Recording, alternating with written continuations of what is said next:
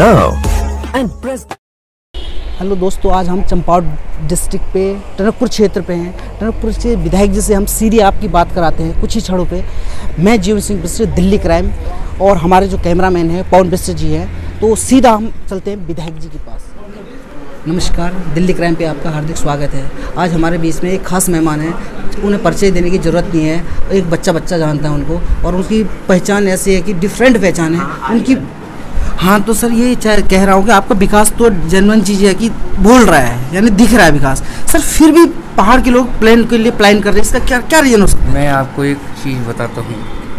मेरे ख्याल से आप रेशियो देखेंगे, पिछले 50 साल में जो प्लान हुआ है उसका 2% प्लान भी पिछले 4 साल में, जब से भारतीय जनता पार्टी की सरकार बनी है तब से नहीं हुआ है। इसका मतलब ये है कि प्लान का जो प्रतिशत है वो बहुत मिनिमाइज हो गया, और धीरे धीरे करके जितनी योजनाएं, जैसे प्रदेश के मुख्यमंत्री जी ने कहा है कि आजकल एक टूरिस्ट के लिए पहाड़ में हमारे वीरान गांव पड़े हुए हैं, उन घरों में रहने की व्यवस्था की है और उसको स्वरोजगार से जोड़ा है। और लोगों से कहा गया है कि इसको बहुत कम रेट ऑफ इंटरेस्ट में सरकार धन उपलब्ध करा रही है। तो उससे क्या है कि एक जो हमारी नेचुरल ब्यूटी है, जो हमारी पहाड़ की संस्कृति है, उस संस्कृति के तहत हम मेहमानों का यहाँ स्वागत करें और उनको रात्रि विश्राम का व्यवस्था करें। ये सारी चीज़ें होने जा रही हैं, तो लोग वापस अपने क्षेत्र में आने का इच्छा रख रहे हैं और आ भी रहे हैं। जी सर, एक और समस्या चल रही है। आजकल की जो महिलाएं जो है उन पर बहुत ज़्यादा अत्याचार हो रहा है। मैं एक उदाहरण देना चाहता हूँ। फिलहाल एक पार्टी क्षेत्र पे एक मर्डर केस हुआ था सर, तो उसकी अभी तक गुत्थी सुलझी नहीं है सर। देखो, एक बात क्षेत्र पे हुआ था सर, आपको एक बात बताता हूँ मैं आपको। आप क्राइम रिपोर्टर हैं, आपने अनुमान लगाया होगा पिछले 5 साल में क्राइम का प्रतिशत क्या रहा। देखो, ये सरकमस्टांसेज हैं, विहड़ इलाके हैं हमारे, दुष्ट हर इलाके में रहते हैं, तो एक आध लोग ऐसे निकल ही आते हैं 100 में से जो इन कृत्यों को अंजाम देते हैं। तो दूसरा, हम सरकार का भी और प्रशासन का भी वो नहीं कह सकते हैं, क्योंकि दूर दूर इलाके में देखो, एक 3 लोगों का मर्डर केस था, 2 दिन के अंदर पुलिस ने निपटा दिया, उसको ढूंढ निकाले। लेकिन ये एक ऐसी विहड़ जगह में है जहाँ वास्तव में वॉचिंग की बहुत समस्या है। जी सर, इसकी गुत्थी अभी सुलझी नहीं है, लेकिन सुलझने का चांस कोशिश कर रहे हैं, लोग लगे हैं, पूरा प्रशासन लगा हुआ है। तो मेरे ख्याल से जल्दी वो अंजाम तक पहुँचेंगे। जी सर, हमारा अगला क्वेश्चन है कि सर आजकल के जो नवयुवक हैं सर, वाइन की तरफ या कुछ नशे की तरफ ज़्यादा अग्रसित हो रहे हैं। इसके लिए कोई योजना, कोई मतलब किस योजना की कोई पाबंदी ऐसे कुछ करा है सर? देखो, एक बात सुनो, जब पढ़ा लिखा नवयुवक बेरोजगार होगा तो उसका माइंड वास्तव में जो है नेगेटिव साइड को जाएगा। इसका हमने अनुभव किया है, हम उस रास्ते से निकले हैं। तो ऐसा ही अभी तक था, लेकिन धीरे धीरे माइंडसेट चेंज करने में टाइम लग रहा है।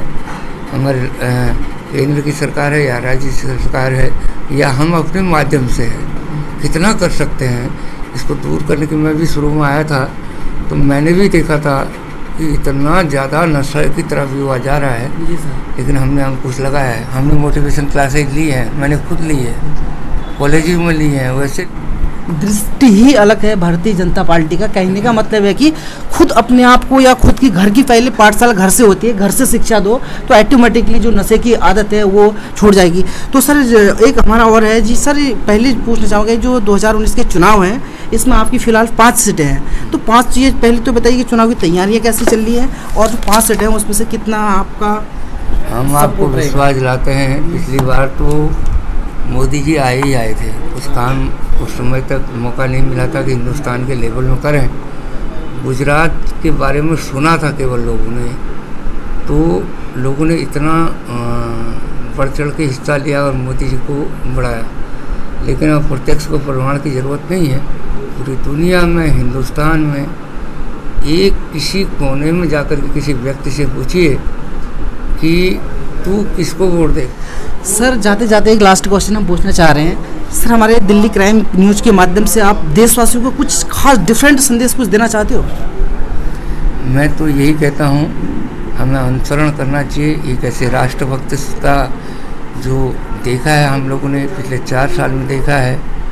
वास्तव में बैंक बैलेंस अगर उस आदमी पर होता है और उसको तनख्वाह मिलती है तो पैसा किस आदमी को देता है। आपने अभी देखा होगा प्रयागराज में अर्धकुंभ चल रहा था, वहाँ जाकर के अंतिम व्यक्ति के पैर धोना, मैं कहता हूँ इस सृष्टि में, इस दुनिया में किसी एक व्यक्ति को बता दो जिस ओहदे में उस आदमी ने रह कर के वो काम को अंजाम दिया है और अपनी तनख्वाह से 23 लाख रुपए उनके वेलफेयर के लिए दिए हैं। तो ये हमारे लिए एक मिसाल है और पूरे हिंदुस्तान को उनका अनुसरण करना चाहिए।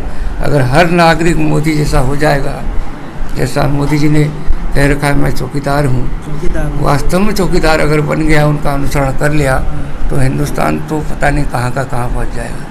तो सर, आपने ठीक है, आपने बहुत अच्छी सोच है, आपकी बड़ी बिग सोच है, बिग गोल बिग अचीव कहते हैं, बड़ा सोचोगे तो बड़ा रिजल्ट पाओगे, जैसे मोदी जी की सोच है, बहुत अच्छी सोच है।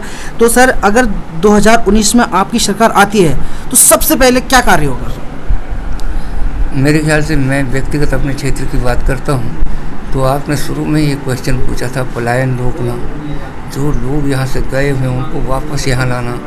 मेरा गांव कितना सुंदर था, मेरा क्षेत्र कितना सुंदर था, कितने अच्छे त्यौहार हम मनाते थे, वो वापस से हम एक बार को स्थापित करें और सारे रोजगार के साधन जो बच्चे हमारे भटक रहे हैं देश विदेश दुनिया में, वो अपने क्षेत्र में आकर के रोजगार करें, बहुत सुंदर वातावरण पैदा करें हम लोग मिलकर। कुछ खास सर आपके जो अभी आपको लग रहा हो कि कुछ खास काम नहीं हुआ है अभी तक, कुछ खास काम करने का? पर्यटन। ठीक है सर, धन्यवाद सर, आपने इतना हमें समय दिया, बहुत बहुत धन्यवाद, थैंक यू।